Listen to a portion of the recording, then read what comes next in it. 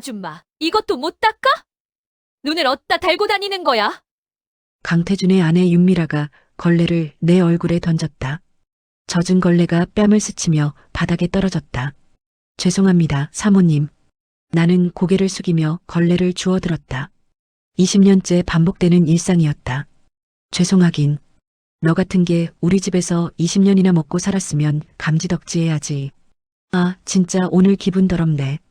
윤미라는 명품 하이힐을 신은 발로 방금 내가 닦은 바닥을 밟으며 지나갔다.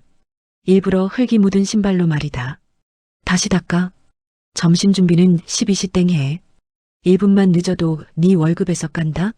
알겠습니다. 나는 다시 무릎을 꿇고 바닥을 닦기 시작했다.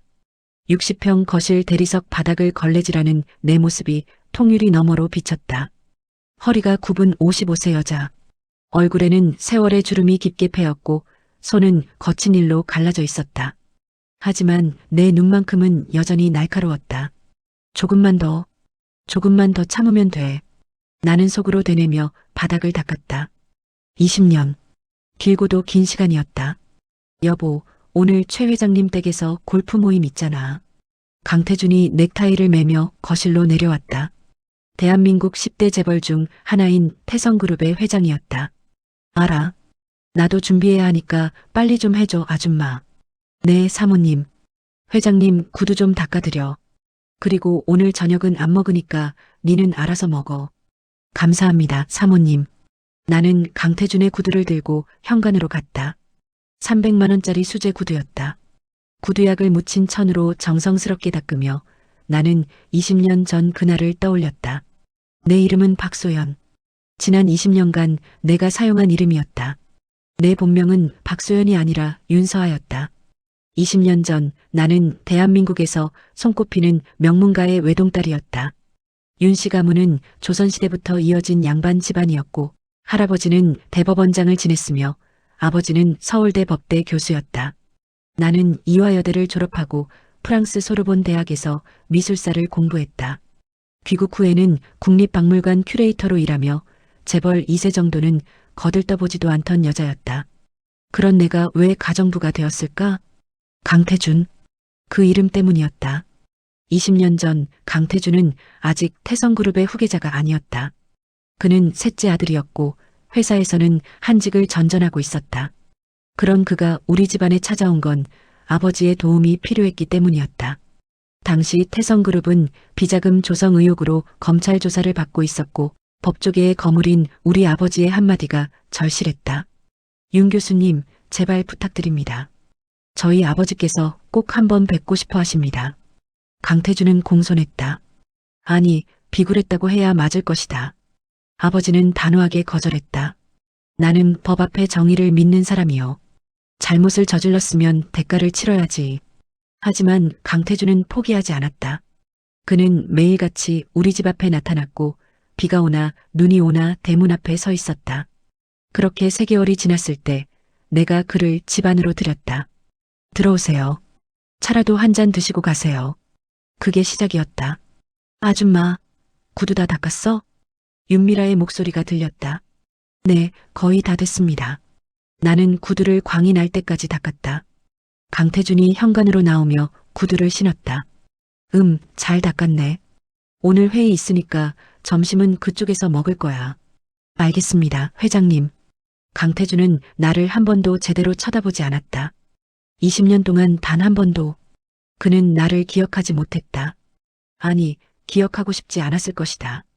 하지만 나는 모든 것을 기억하고 있었다. 차 한 잔을 대접한 것이 인연이 되어 나와 강태준은 가까워졌다. 우리는 박물관에서 데이트를 했고 프랑스 영화를 함께 보았으며 강남의 고급 레스토랑에서 식사를 했다. 6개월 후 강태준이 청혼했다. 서아 씨, 나와 결혼해주세요. 제가 평생 행복하게 해드리겠습니다. 나는 기쁜 마음으로 그의 청혼을 받아들였다. 아버지는 재벌가와의 결혼을 탐탁지 않아 했지만 내 행복이 우선이라며 결국 허락해 주셨다. 결혼 준비가 한창이던 어느 날 아버지에게 걸려온 전화 한 통이 모든 것을 바꿔놓았다. 윤 교수님, 태성그룹 회장님이십니다. 그동안 아드님이 제 딸과 좋은 사이로 지낸 것 감사하게 생각합니다만 전화를 끄는 아버지의 얼굴은 창백했다. 무슨 일이세요, 아버지? 서아야. 강태준 그 사람은 진심이 아니었다. 처음부터 너를 이용한 거였어. 태성그룹 회장은 아버지에게 거래를 제안했다. 이번 검찰 조사에서 우리 편을 들어주신다면 따님과의 결혼을 허락하겠습니다. 하지만 거절하신다면 따님의 평판에 해가 될 수도 있습니다. 협박이었다. 아버지는 단호하게 거절했다. 그리고 그날 저녁 나에게 진실을 말해주셨다. 강태준은 처음부터 우리 집안의 힘이 필요했던 거야. 사랑 같은 건 없었어. 나는 믿을 수 없었다. 다음 날 바로 강태준에게 전화를 걸었다. 태준 씨, 어제 당신 아버지가 우리 아버지께. 서아 씨. 강태준의 목소리는 차갑게 식어 있었다. 죄송하지만 우리 결혼은 없던 것으로 해주세요. 제 입장도 좀 이해해 주십시오. 뭐라고요? 서아 씨 아버지께서 협조를 안 해주신다고 하시더라고요. 그럼 우리 결혼도 어렵죠. 회사 입장에서는요. 전화가 끊겼다. 나는 그 자리에서 주저앉았다. 6개월간의 사랑이 거짓이었다는 것을, 나는 그저 거래의 도구였다는 것을 깨달았다. 그날 밤 더 큰 비극이 일어났다. 아버지가 쓰러지셨다. 뇌출혈이었다. 환자분이 과도한 스트레스를 받으신 것 같습니다. 지금 당장 큰 수술이 필요합니다. 하지만 수술은 실패했다. 아버지는 일주일 만에 돌아가셨다. 어머니는 아버지의 장례식장에서 오열하셨다. 내 남편을 죽인 건 강태준이야. 그 집안이야. 장례를 치르는 동안 더 끔찍한 일들이 벌어졌다. 태성그룹이 언론을 동원해 우리 집안에 대한 악성 루머를 퍼뜨리기 시작한 것이다. 윤 교수, 비자금 수수 의혹, 명문가의 민낯, 빚거래 정황 포착, 윤 교수 딸, 재벌가 회유위의 접근설, 모두 거짓이었다. 하지만 언론은 진실 따위 관심 없었다.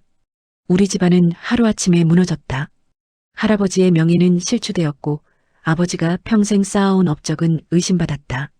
그리고 한 달 후 우리 집이 경매에 넘어갔다. 알고 보니 아버지가 지인의 보증을 서주셨는데 그 지인이 부도가 난 것이었다. 수십억의 빚이 우리에게 넘어왔다. 엄마 어떡해요? 서아야 괜찮아. 우리 다시 시작하면 돼. 하지만 어머니의 건강은 급격히 악화되었다. 아버지를 잃은 충격과 집안의 몰락을 견디지 못하신 것이다. 어머니는 6개월 후 아버지의 뒤를 따라가셨다. 나는 홀로 남았다. 28세의 나이에 부모님도 집도 명예도 모두 잃었다. 그리고 나는 그날 결심했다. 반드시 복수하겠다. 강태준, 너와 내 가족을 완전히 무너뜨리겠다. 복수를 위해서는 먼저 그들 가까이에 가야 했다. 나는 이름을 바꾸고 외모를 바꿨다. 20kg에 달하는 살을 빼고 머리를 짧게 자른 것도 모자라 안경을 썼으며 일부러 옷을 초라하게 입었다. 그리고 가정부 구인 광고를 찾기 시작했다. 6개월 동안 15개의 가정부 일을 전전했다. 추천서를 모으고 경력을 쌓았다. 그리고 마침내 태성그룹 회장 집에서 가정부를 구한다는 공고를 발견했다. 경력 5년 이상, 성실하고 말이 없는 사람. 나는 바로 지원했다. 면접 날 나는 일부러 허리를 굽히고 고개를 숙인 채 들어갔다. 이름이 박소연입니다. 나이는 35세입니다. 실제로는 28세였지만 나는 나이를 속였다. 전 직장은 강남에 있는 의사 선생님 댁에서 3년 일했습니다. 나는 정성스럽게 위조한 추천서를 내밀었다. 윤미라가 추천서를 훑어보더니 고개를 끄덕였다. 좋아. 내일부터 출근해. 월급은 350만 원, 월차 없음. 주말에도 일해야 하는 거 알지? 네, 감사합니다. 나는 고개를 숙였다. 그렇게 나는 강태준의 집에 들어갔다. 복수를 위해. 아줌마, 뭐해? 점심 준비 안 해?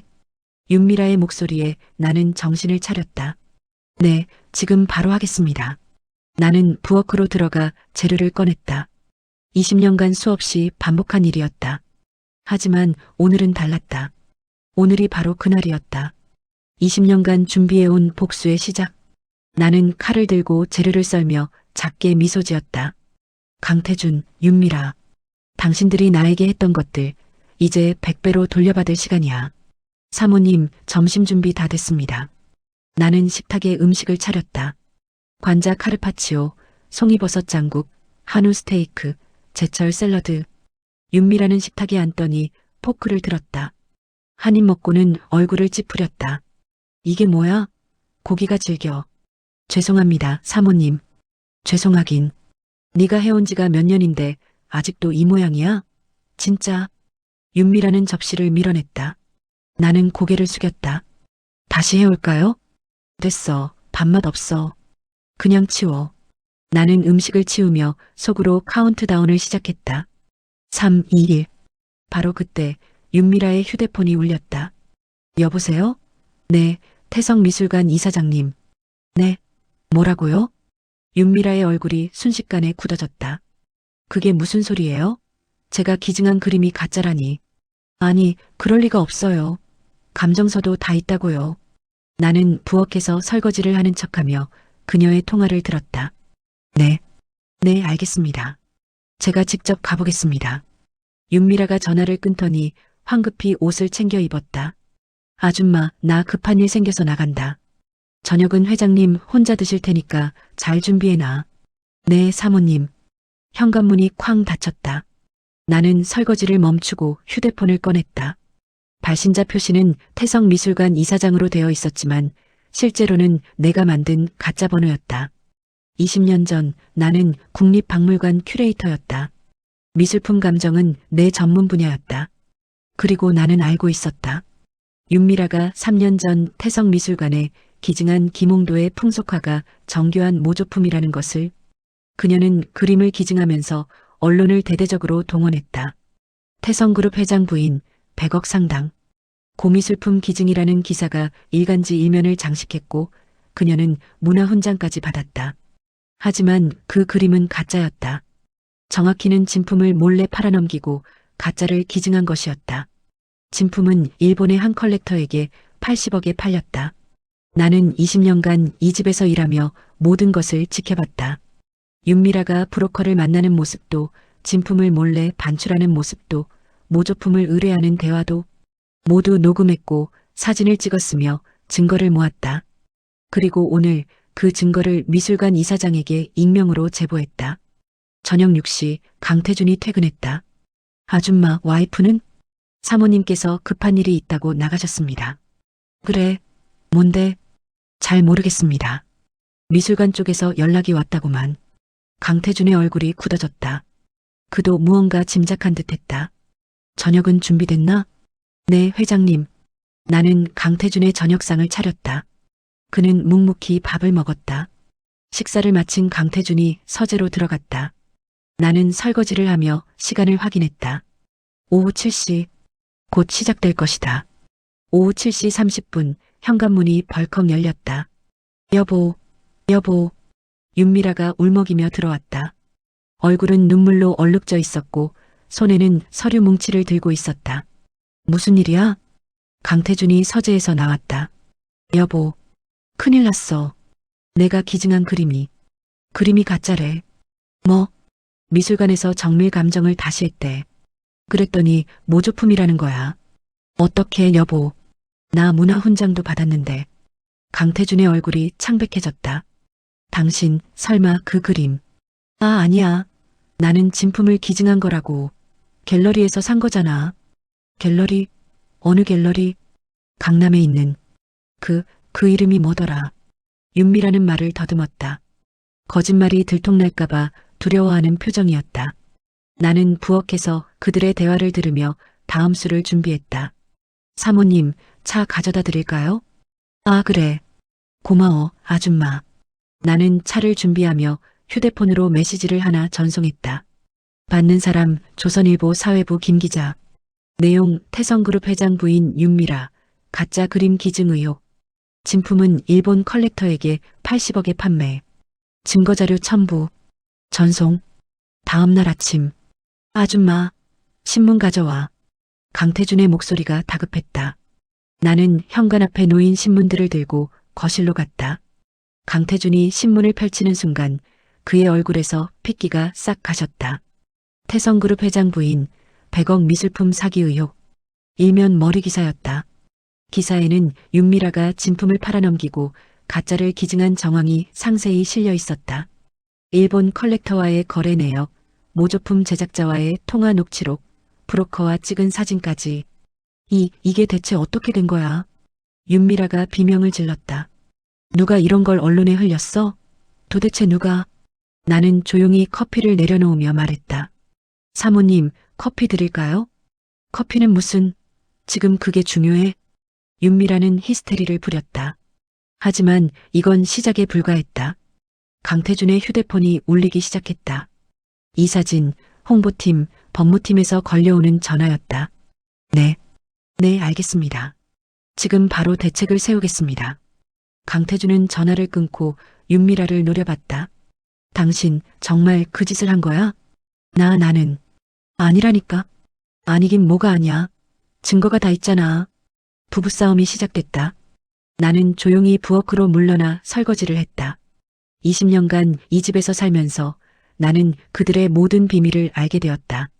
윤미라의 미술품 사기는 빙산의 일각에 불과했다. 강태준의 비자금, 탈세, 횡령. 둘째 아들 강민준의 마약 거래. 큰딸 강서연의 학력 위조. 하나하나 폭로할 것이다. 천천히 그리고 확실하게. 오후 2시 경찰이 찾아왔다. 태성그룹 회장 부인 윤미라 씨 계십니까? 네. 저인데요. 미술품 사기 및 문화재보호법 위반 혐의로 참고인 조사를 받으셔야 합니다. 동행해 주시겠습니까? 뭐라고요? 사기는 무슨 사기? 하지만 경찰은 단호했다. 윤미라는 울며 경찰차에 실려갔다.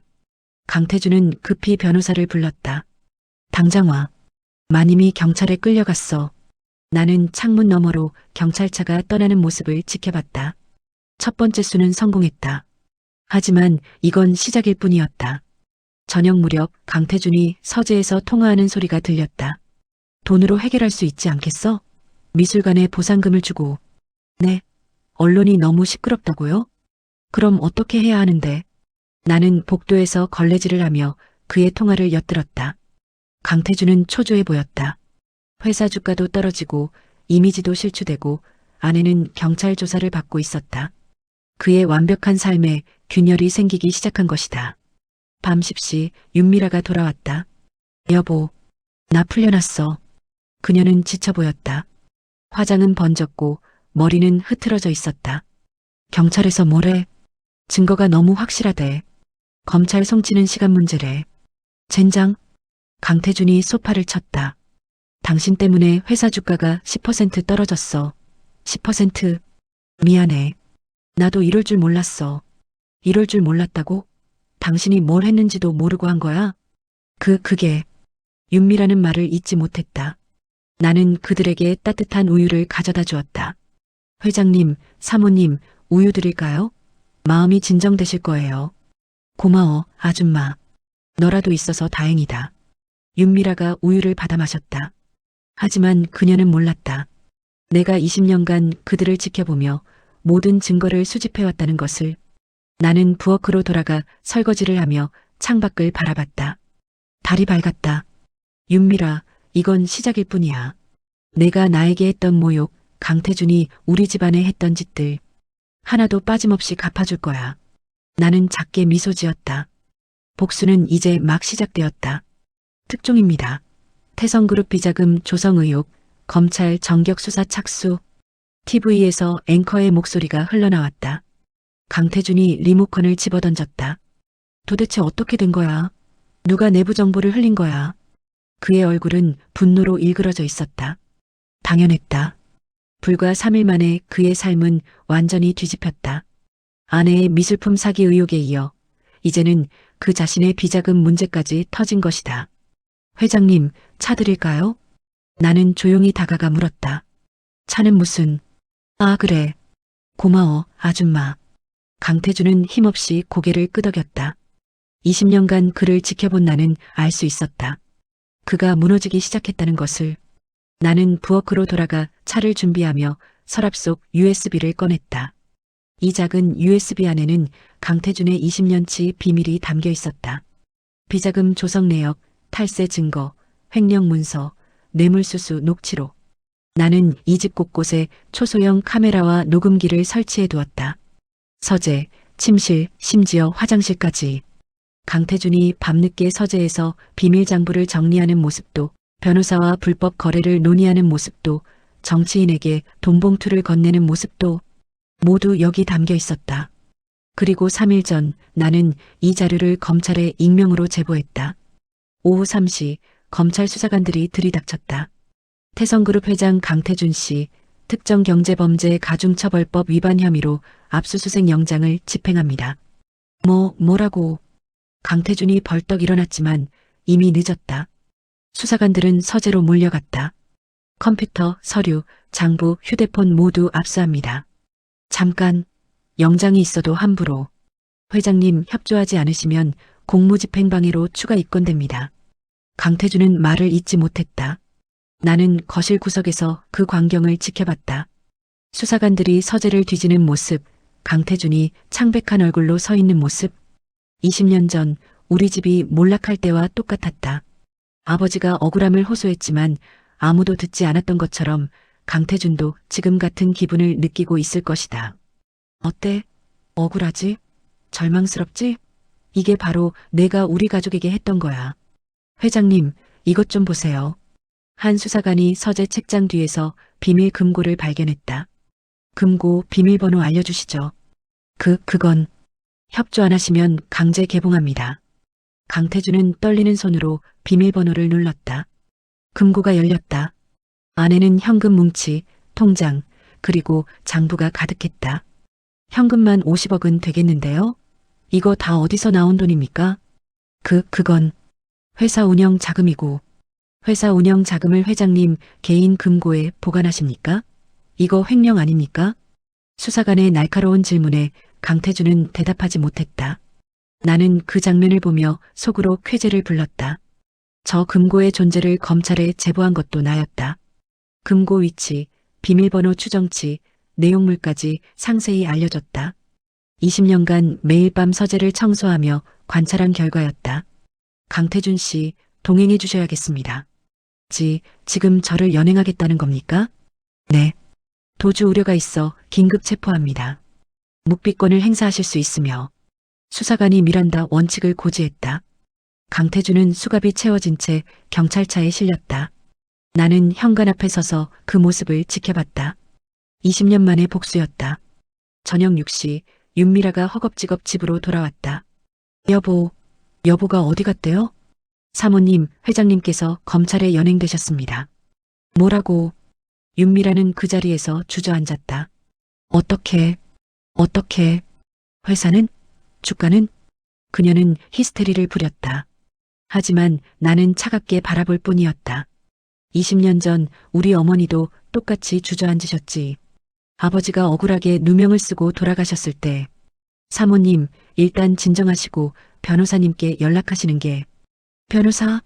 그래, 변호사. 윤미라는 부랴부랴 휴대폰을 꺼냈다. 하지만 전화는 연결되지 않았다. 이상하다. 왜 안 받지? 그녀는 몰랐다. 태성그룹의 고문 변호사들이 벌써 배를 갈아탔다는 것을. 침몰하는 배에는 아무도 남지 않는 법이다. 다음 날 아침, 태성그룹 회장 강태준 500억 횡령 혐의 구속영장 청구. 모든 신문 일면이 강태준 기사로 도배되었다. 윤미라는 거실 소파에 멍하니 앉아 신문을 바라봤다. 어떻게 이런 일이. 그녀의 눈에는 눈물이 고여 있었다. 나는 그녀에게 커피를 가져다 주며 말했다. 사모님, 힘내세요. 다 잘 될 거예요. 아줌마. 윤미라가 내 손을 잡았다. 너라도 있어서 정말 다행이야. 너만 믿을 수 있어.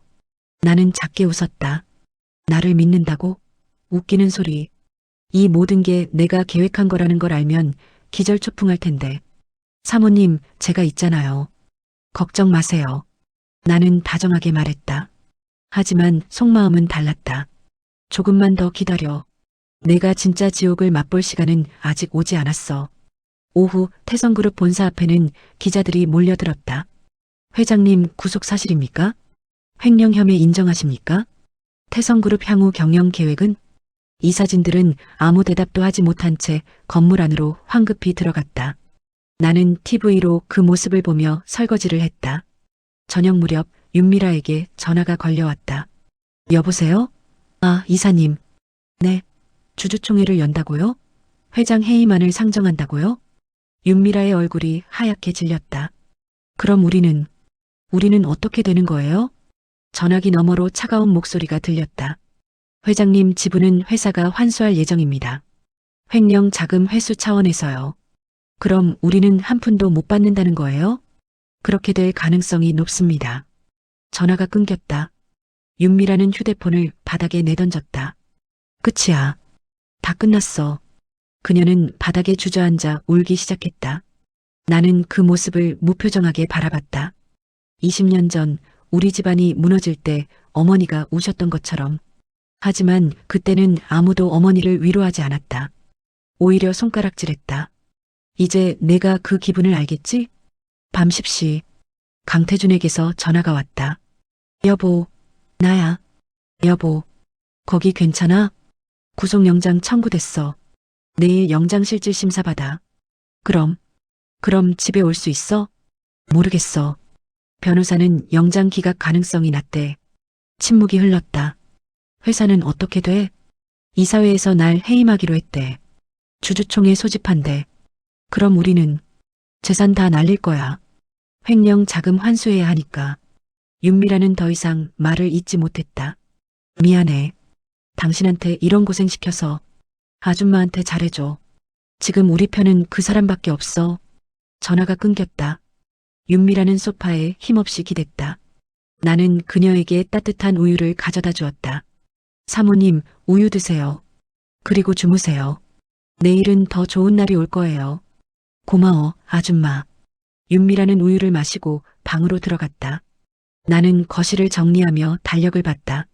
20년, 7,300일, 17만 5,200시간. 나는 그 긴 시간을 참았다.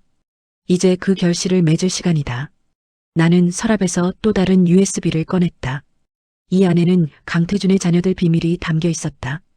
둘째 아들 강민준의 마약 거래 증거, 큰딸 강서연의 학력 위조, 논문 표절 증거, 막내딸 강유진의 음주운전 뺑소니, 은폐 증거. 하나씩 차근차근 무너뜨려주지. 나는 USB를 노트북에 꽂고 파일을 열었다. 다음 타깃은 강민준이었다. 3일 후 태성그룹 회장 아들 강민준, 마약 투약 혐의로 긴급 체포. 또다시 특종이 터졌다. 윤미라는 TV를 보며 비명을 질렀다. 민준이가, 우리 민준이가. 그녀는 황급히 경찰서로 달려갔다. 나는 혼자 남은 집에서 조용히 청소를 했다. 강민준이 투약하는 영상을 경찰에 제보한 것도 나였다. 그가 클럽에서 마약을 사는 모습, 집에서 몰래 투약하는 모습, 브로커와 연락하는 문자 내역.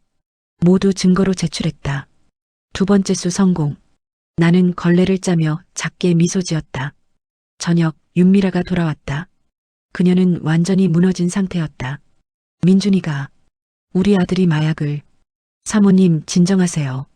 아줌마, 우리 집 왜 이러는 거야? 왜 이렇게 불행이 연달아 오는 거야? 나는 그녀의 등을 토닥이며 말했다. 사모님, 다 지나갈 거예요. 힘내세요. 하지만 속으로는 다르게 생각했다. 불행? 이건 불행이 아니라 인과응보야. 내가 뿌린 씨앗을 거두는 거지. 그날 밤, 나는 다락방에 있는 내 방으로 올라갔다. 20년간 내가 살던 좁고 낮은 방. 나는 서랍 속에서 낡은 사진 한 장을 꺼냈다. 사진 속에는 젊은 시절의 아버지, 어머니, 그리고 나. 우리는 행복하게 웃고 있었다. 아버지, 어머니, 조금만 더 기다리세요. 곧 다 끝날 거예요. 나는 사진을 가슴에 꼭 안았다. 눈물이 흘렀다. 20년간 참았던 눈물이 마침내 터져나왔다. 조금만 더. 나는 사진을 다시 서랍에 넣고 침대에 누웠다. 내일은 강서연 차례였다. 큰딸의 학력 위조와 논문 표절 증거를 언론에 제보할 것이다. 그리고 마지막으로 막내딸 강유진의 뺑소니 사건을 폭로할 것이다. 강태준 일가가 완전히 무너질 때까지 나는 멈추지 않을 것이다. 서울대 교수 강서연, 박사 논문 표절 의혹. 일주일 후 또다시 특종이 터졌다. 강태준의 큰딸이자 서울대 경영학과 교수인 강서연. 그녀의 박사 논문이 해외 논문을 그대로 베낀 것이라는 의혹이 제기된 것이다. 이게 대체 무슨 소리야? 강서연이 집으로 달려와 소리쳤다. 엄마, 나 억울해. 나는 표절 안 했어. 하지만 증거는 명백했다. 문장 구조, 데이터, 심지어 오타까지 똑같았다.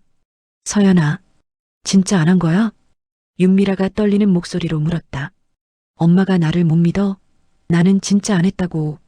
하지만 강서연의 눈빛은 흔들리고 있었다. 나는 부엌에서 설거지를 하며 그들의 대화를 들었다. 강서연의 박사 논문을 처음 발견한 건 5년 전이었다. 그녀가 집에서 논문을 검토하며 전화 통화를 하는 걸 우연히 들었다. 교수님, 이 부분은 번역만 하면 되죠? 네, 알겠습니다. 그 순간 나는 깨달았다. 그녀가 해외 논문을 표절하고 있다는 것을. 나는 그날부터 그녀의 논문을 몰래 복사했다. 그리고 원본 논문들을 찾아 대조했다. 결과는 명백했다. 80% 이상이 표절이었다. 일주일 전 나는 이 증거를 서울대 감사팀과 언론에 동시에 제보했다. 교수님, 학교에서 연락 왔어요. 강서연의 휴대폰이 울렸다. 네, 학장님. 네, 직위 해제요? 그게 무슨... 그녀의 얼굴이 창백해졌다. 조사 기간 동안 모든 강의와 연구 활동이 중단된다고요? 전화가 끊어졌다. 끝이야. 내 인생 끝났어. 강서연은 바닥에 주저앉았다. 윤미라는 딸을 껴안으며 울었다. 어떡해. 우리 가족이 왜 이러는 거야? 나는 그들에게 차를 가져다 주었다. 아가씨, 차 드세요. 아줌마, 아줌마. 강서연이 나를 올려다봤다. 그녀의 눈에는 절망이 가득했다. 왜 우리 집에만 이런 일이 생기는 걸까요? 나는 부드럽게 미소 지었다. 아마 운이 없으신가 봐요. 하지만 이것도 지나갈 거예요. 지나가긴. 이제 시작인데. 그날 밤 막내딸 강유진이 집에 왔다. 엄마, 언니, 큰일 났어. 25세의 강유진은 태성그룹 홍보팀에서 일하고 있었다. 명문대 졸업에 화려한 스펙을 자랑하는 그녀였지만 실상은 아버지 덕에 입사한 것이었다. 무슨 일이야? 회사에서 나보고 사표 내래. 뭐? 아빠 때문에 회사 이미지가 나빠졌으니까 내가 있으면 회사에 누가 된대. 강유진이 울먹였다. 윤미라는 딸을 껴안았다. 괜찮아. 다른 데 취직하면 돼. 하지만 모두가 알고 있었다. 태성그룹 회장의 딸이라는 타이틀로 살아온 강유진이 다른 곳에서 버틸 수 없다는 것을. 나는 조용히 과일을 깎아 그들에게 가져다 주었다. 아가씨들, 과일 드세요. 고마워요, 아줌마, 아줌마. 강유진이 과일을 받아먹으며 말했다. 이 집에서 아줌마, 아줌마만 정상인 것 같아요. 20년이나 우리 곁에 있어줘서 고마워요. 나는 미소 지었다. 20년. 그래, 20년간 준비했지. 너희를 무너뜨리기 위해서. 며칠 후 강태준의 구속영장이 발부되었다. 태성그룹 회장 강태준, 횡령배임 혐의 구속. 그는 서울구치소로 이송되었다. 윤미라는 매일 구치소를 찾아갔지만 면회 신청은 번번이 거부되었다. 검찰 조사 기간이라 면회가 불가능합니다. 제발요. 남편 얼굴이라도 보고 싶어요. 하지만 교도관은 단호했다. 집으로 돌아온 윤미라는 완전히 무너진 상태였다. 아줌마, 나 어떡하면 좋아? 그녀는 처음으로 나를 아줌마라고 불렀다. 존댓말도 사라졌다. 사모님, 힘내세요. 힘을 내긴. 남편은 감옥에 있고 아들은 마약으로 구속되고 큰딸은 교수직 박탈당하고 작은 딸은 해고당했어. 윤미라는 소파에 쓰러져 울었다. 이게 다 무슨 꿈이겠지. 악몽이겠지. 나는 그녀의 어깨를 토닥였다. 하지만 속으로는 차갑게 웃었다. 꿈? 아니야. 이건 현실이야. 내가 만든 현실. 그날 밤 나는 마지막 USB를 꺼냈다. 강유진의 비밀. 2년 전 그녀는 술을 마시고 운전하다가 사람을 쳤다. 피해자는 횡단보도를 건너던 60대 남성이었다. 강유진은 그 자리에서 도주했다. 그리고 강태준은 돈으로 사건을 무마시켰다. 피해자 가족에게 10억을 주고 합의를 받고 경찰에도 로비를 했다. 결국 사건은 조용히 묻혔다. 하지만 나는 모든 것을 알고 있었다. 그날 밤 강유진이 집에 들어오는 모습, 강태준과 변호사가 대책을 논의하는 모습, 피해자 가족과 합의하는 모습, 모두 녹화했고 녹음했다. 나는 파일을 정리해 피해자 가족의 이메일로 보냈다. 그리고 경찰청 민원실에도 제보했다. 이제 마지막이야. 3일 후 태성그룹 회장 딸 강유진, 음주운전 뺑소니, 은폐 의혹. 또다시 특종이 터졌다. 강유진은 경찰 조사를 받기 위해 소환되었다. 엄마, 나 어떡해? 유진아, 그게 사실이야? 윤미라가 떨리는 목소리로 물었다. 나는 그냥 무서워서. 강유진은 고개를 떨구었다. 윤미라는 딸을 때릴 수도 안을 수도 없었다. 그저 망연자실할 뿐이었다. 우리 가족이 다 끝났어. 나는 거실을 정리하며 그 모습을 지켜봤다. 강태준 일가가 완전히 무너지는 순간이었다. 회장은 구속되었고 아들은 마약으로 수감되었으며 큰딸은 교수직을 잃었고 작은 딸은 뺑소니범이 되었다. 그리고 아내 윤미라는 미술품 사기범으로 재판을 기다리고 있었다. 완벽했던 가족이 완전히 붕괴된 것이다. 일주일 후 집이 경매에 넘어갔다. 강태준의 횡령 자금을 회수하기 위해 검찰이 전 재산을 압류한 것이다. 사모님, 한 달 안에 이 집에서 나가셔야 한답니다. 부동산 중개인이 통보했다. 한 달이요?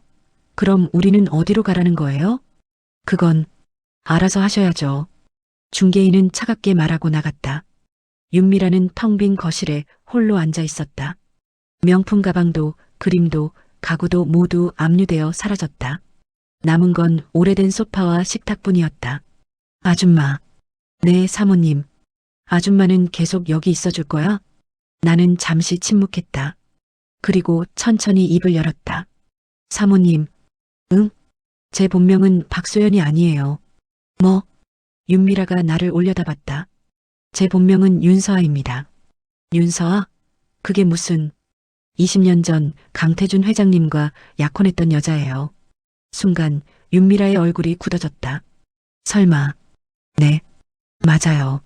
나는 천천히 안경을 벗었다. 그리고 20년간 짧게 유지했던 머리를 풀었다.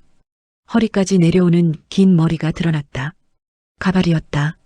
당신 남편이 저를 버렸을 때 제 아버지는 충격으로 돌아가셨어요. 그리고 어머니도 그 뒤를 따라가셨죠. 그게 저는 그날 맹세했어요. 반드시 복수하겠다고. 나는 윤미라에게 한 걸음 다가갔다. 그래서 20년간 이 집에서 가정부로 일하며 당신들의 모든 비밀을 모았어요. 횡령, 탈세, 마약, 표절, 뺑소니. 모두 제가 폭로한 거예요.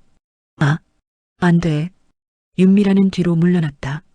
20년이 걸렸지만 드디어 해냈어요. 당신들을 완전히 무너뜨렸어요. 나는 차갑게 웃었다. 어때요? 억울해요? 분해요? 그게 바로 제가 느꼈던 감정이에요. 제발 용서해줘. 윤미라가 무릎을 꿇었다. 우리가 잘못했어. 내가 당신한테 못되게 굴었던 거 안다. 제발 우리 가족을 살려줘.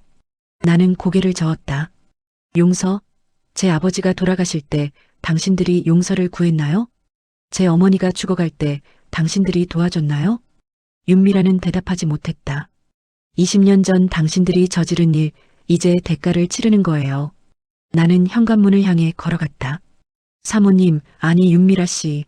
마지막으로 한마디만 할게요. 나는 돌아서서 그녀를 마주봤다. 복수는 차갑게 식혀야 제맛이에요. 20년간 참았던 보람이 있네요. 나는 문을 열고 나갔다. 뒤에서 윤미라의 울음소리가 들렸다. 하지만 나는 뒤돌아보지 않았다. 그로부터 한 달 후, 강태준은 1심에서 징역 15년을 선고받았다. 피고인은 20년 넘게 회사 자금 500억을 횡령하고 비자금을 조성하여 뇌물로 사용했습니다. 이는 중대한 범죄이므로 징역 15년에 처합니다. 법정에 앉아있던 강태준은 고개를 떨어뜨렸다. 그의 옆에는 변호사조차 없었다. 돈이 떨어져 국선 변호인을 선임했지만 그마저도 성의 없이 변론했다. 아버지. 방청석에 앉아있던 강유진이 울었다. 하지만 강태준은 딸을 쳐다보지도 않았다. 나는 방청석 맨 뒷자리에 앉아 그 모습을 지켜봤다. 15년. 적지 않은 시간이네. 하지만 충분하지는 않아. 당신이 제 가족에게 준 고통은 평생이었으니까. 강민주는 마약 투약 혐의로 징역 3년을 선고받았다. 피고인은 2년간 지속적으로 마약을 투약했고 심지어 유통에도 관여했습니다. 징역 3년에 처합니다. 그는 법정에서 끌려가며 소리쳤다. 엄마, 엄마. 하지만 윤미라는 방청석에 없었다. 그녀 자신도 재판을 받아야 했기 때문이다. 강서연은 서울대에서 파면되었다. 교수 강서연은 박사 논문의 80% 이상을 표절했으며 이는 학문적 윤리에 심각하게 위배됩니다. 따라서 파면 처분합니다. 그녀는 아무 말도 하지 못했다. 학계에서 그녀의 이름은 영원히 지워졌다. 강유진은 음주운전 뺑소니 혐의로 징역 2년에 집행유예 3년을 선고받았다. 피고인은 피해자에게 중상을 입히고도 도주했으며 이를 은폐하려 했습니다. 다만 피해자와 합의가 이루어진 점을 참작하여 집행유예를 선고합니다. 하지만 그녀의 인생도 끝났다. SNS에는 그녀를 비난하는 댓글이 넘쳐났고 거리를 걸을 때마다 손가락질을 받았다. 윤미라는 미술품 사기 혐의로 징역 5년을 선고받았다. 피고인은 가짜 그림을 진품이라 속여 미술관에 기증했고 이를 통해 명예와 세금 혜택을 받았습니다. 징역 5년에 처합니다. 그녀는 법정에서 무너졌다. 재판장님, 제발. 저는 남편도 없고 아들도 감옥에 있어요. 딸들도 제대로 못 살고 있어요. 제발 선처를. 하지만 재판장은 단호했다. 피고인의 범죄는 계획적이었고 사회에 미친 악영향이 큽니다. 형을 감경할 이유가 없습니다. 윤미라는 여자 교도소로 수감되었다. 그로부터 6개월 후 나는 강남의 한 오피스텔에 앉아 노트북을 열었다. 이곳은 내가 20년간 모은 돈으로 산 작은 공간이었다. 강태준 일가에게서 받은 월급 350만 원. 나는 그 돈을 거의 쓰지 않고 모았다. 20년간 7억 2천만 원이 모였다. 거기에 아버지가 남겨주신 유산의 일부를 찾아내 합쳐 총 8억에 가까운 종잣돈을 만들었다. 그리고 그 돈으로 주식과 부동산에 투자했다. 20년간 강태준의 서재에서 경영서적을 읽고 그가 하는 투자를 몰래 따라하며 공부했다. 결과는 성공적이었다. 8억은 280억이 되었다. 나는 그 돈으로 강태준의 집을 경매로 낙찰받았다. 이 집 주인은 이제 저예요. 부동산 등기부등본을 보며 나는 미소 지었다. 어느 날 나는 서울구치소를 찾아갔다. 면회 신청합니다. 수감자 강태준. 신청인과의 관계는 피해자입니다. 나는 면회실에 앉아 강태준을 기다렸다. 잠시 후 죄수복을 입은 강태준이 들어왔다. 그는 20년 전과는 완전히 달라져 있었다. 머리는 희끗희끗 새었고 얼굴에는 주름이 가득했다. 그가 유리창 너머로 나를 봤지만 알아보지 못했다. 누구시죠? 나는 천천히 입을 열었다. 20년 전에 만났었어요. 기억 안 나세요? 윤서아예요. 순간 강태준의 얼굴이 굳어졌다. 윤서아? 네. 윤 교수님의 딸이요. 당신과 약혼했었죠. 강태준은 말을 잇지 못했다. 그리고 지난 20년간 당신 집에서 가정부로 일했던 박소연이기도 하고요. 그럴 리가. 믿기지 않죠? 저도 처음에는 믿기지 않았어요. 제가 가정부가 될 거라고는 상상도 못했으니까요. 나는 차갑게 웃었다. 하지만 복수를 위해서라면 그 정도는 참을 수 있더라고요. 당신이 다 한 거야? 네. 당신과 당신 가족의 비밀을 폭로한 것도 증거를 수집한 것도 모두 저예요. 강태준은 고개를 떨궜다. 왜 그렇게까지? 왜요? 나는 유리창을 손바닥으로 쳤다. 당신이 제 아버지를 죽였잖아요. 제 어머니를 죽였잖아요. 제 인생을 망쳤잖아요. 나는 그냥 회사를 지키려고 사람을 죽여도 되는 거예요? 가족을 무너뜨려도 되는 거예요? 강태준은 대답하지 못했다. 당신이 제게 했던 것, 이제 똑같이 돌려받은 거예요. 어때요? 억울해요? 미안하다고요? 나는 비웃었다. 20년 늦은 사과 따위 필요 없어요. 그냥 거기서 평생 후회하세요. 나는 자리에서 일어났다. 참, 한 가지만 더 알려드릴게요. 당신 집 제가 샀어요. 이제 그 집 주인은 저예요. 강태준의 눈이 커졌다. 당신 아내와 딸들 곧 거리로 쫓겨날 거예요. 제가 그렇게 만들 거니까요. 제발, 내 가족만은, 제 가족은 당신이 지켜줬나요? 나는 돌아서서 면회실을 나왔다. 뒤에서 강태준이 소리치는 목소리가 들렸지만 나는 뒤돌아보지 않았다. 다음 날 나는 강태준의 옛집 앞에 섰다. 아니, 이제는 내 집이었다. 초인종을 눌렀다. 문이 열리고 강서연이 나타났다. 누구세요? 저 기억 안 나세요? 박소연이에요. 아줌마. 강서연의 얼굴이 굳어졌다. 아니, 윤서아라고 해야겠네요. 뭐? 이 집 새 주인이에요. 나가주세요. 나는 부동산 등기부등본을 내밀었다. 강서연은 서류를 보더니 얼굴이 창백해졌다. 이게 무슨, 한 달 안에 나가지 않으면 강제 집행할 거예요. 법적 절차대로요. 아줌마, 아니 서아 씨. 제발 우리 엄마 좀 생각해서. 당신 엄마는 지금 교도소에 있잖아요. 걱정 마세요. 나올 때쯤이면 당신들 갈 곳 없을 테니까 노숙자 쉼터라도 알아보세요. 나는 차갑게 말하고 돌아섰다. 서아 씨. 강서연이 소리쳤지만 나는 뒤돌아보지 않았다. 한 달 후 강서연과 강유진은 짐을 싸서 집을 나갔다. 갈 곳이 없던 그들은 고시원을 얻었다. 3평짜리 좁은 방이었다. 언니, 우리 이제 어떻게 살아? 모르겠어. 일단 살아야지. 두 자매는 서로를 껴안고 울었다. 한때 재벌가의 딸들이었던 그들은 이제 하루하루 끼니를 걱정해야 하는 신세가 되었다. 강서연은 편의점 알바를 시작했다. 박사학위가 무색한 시급 9,000원짜리 일이었다. 강유진은 카페에서 일했다. 손님들 중 일부는 그녀를 알아봤고 수군거렸다. 저 사람 뺑소니범 아니야? 맞아, TV에서 봤어. 그녀는 고개를 숙인 채 커피를 내렸다. 2년 후 윤미라가 가석방되었다. 모범수로 인정받아 형기의 절반만 복역하고 나온 것이다. 하지만 나올 곳은 없었다. 엄마, 딸들이 고시원으로 어머니를 데려왔다. 여기가 우리 집이야? 윤미라는 3평짜리 방을 보며 눈물을 흘렸다. 미안해, 엄마. 우리가 돈이 없어서. 아니야. 엄마가 미안하지.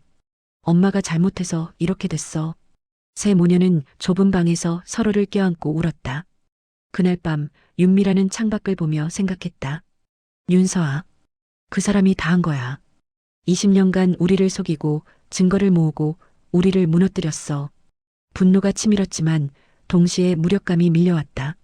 이제 할 수 있는 게 아무것도 없었다. 돈도 권력도 명예도 모두 잃었다. 한편 나는 강남의 새 아파트로 이사했다. 30평대의 깨끗하고 밝은 집이었다. 나는 거실에 아버지와 어머니의 사진을 걸었다. 아버지, 어머니, 이제 복수를 끝냈어요. 나는 사진 앞에 무릎을 꿇고 절을 했다. 이제 편히 쉬세요. 저는 이제 제 인생을 살게요. 눈물이 흘렀다. 20년간 참았던 눈물, 20년간 억눌렀던 감정들이 한꺼번에 터져나왔다. 나는 한참을 울었다. 그리고 마침내 일어나 창밖을 바라봤다. 서울의 야경이 눈부시게 펼쳐져 있었다. 이제 시작이야. 내 진짜 인생. 5년 후 윤서아 관장님, 언론 인터뷰 요청이 들어왔습니다. 알겠습니다. 일정 확인해서 답변 주세요. 나는 서류에 서명하며 대답했다. 현재 나는 서아 미술관의 관장이었다. 20년간 모은 돈과 투자로 번 돈, 총 280억으로 강남에 작은 미술관을 열었다. 처음에는 작은 갤러리로 시작했지만 내 안목과 경영 능력으로 빠르게 성장했다. 이제는 국내외 유명 작가들의 작품을 전시하는 중견 미술관이 되었다. 관장님, 오늘 개막식 준비 다 끝났습니다. 수고했어요. 초대 손님들 도착 시간 다시 한번 확인해 주세요. 네. 직원이 나갔다. 나는 창밖을 바라봤다. 미술관 앞에는 개막식을 알리는 현수막이 걸려 있었다. 기억 속의 풍경 마이너스 김영호 작가 초대전. 오늘은 내가 직접 기획한 전시회의 개막식이었다. 관장님, 손님들이 도착하기 시작했습니다. 네, 나갈게요. 나는 정장을 입고 전시장으로 갔다. 개막식은 성공적이었다. 미술 애호가들, 컬렉터들, 언론인들이 모여들었다. 관장님, 이번 전시 정말 훌륭하네요. 감사합니다. 나는 그들과 악수를 나누며 작품을 설명했다. 20년 전 국립박물관 큐레이터였던 내 능력이 빛을 발하는 순간이었다. 개막식이 끝나고 나는 혼자 전시장을 걸었다. 벽에 걸린 그림들을 하나씩 감상하며 나는 과거를 떠올렸다. 20년 전 나는 이곳에서 멀지 않은 국립박물관에서 일했다. 행복했다. 사랑하는 사람도 있었고 꿈도 있었다. 하지만 그 모든 것이 하루아침에 무너졌다. 그리고 나는 복수를 선택했다. 20년이라는 긴 시간을 가정부로 살며 한 가족을 완전히 무너뜨렸다. 후회할까? 나는 스스로에게 물었다. 아니, 후회하지 않아. 그들은 마땅히 대가를 치러야 했으니까. 나는 미소 지었다. 처음으로 복수가 아닌 다른 무언가를 위한 미소였다.